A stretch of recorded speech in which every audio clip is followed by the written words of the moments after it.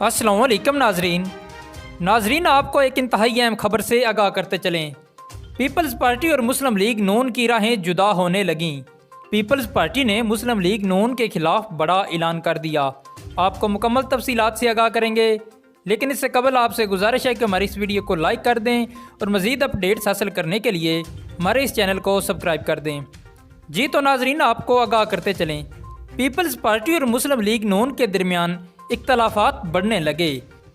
Peoples party ने अपनी तोपों का रुख अचानक मुस्लिम लीग नून की तरफ करते हुए कहा है कि मुस्लिम लीग नून घर की जमात है। इस हवाले से पीपल्स पार्टी पंजाब के पार्लिमानी लीडर सैयद हसन मुर्तज़ा ने कहा है कि मुस्लिम लीग नून को ना ही वज़ीर आला और ना ही वज़ीर आज़म के लिए शरीफों के अलावा कोई उम्मीदवार नज़र आता है, ना ही कोई दूसरा बंदा नज़र आता है।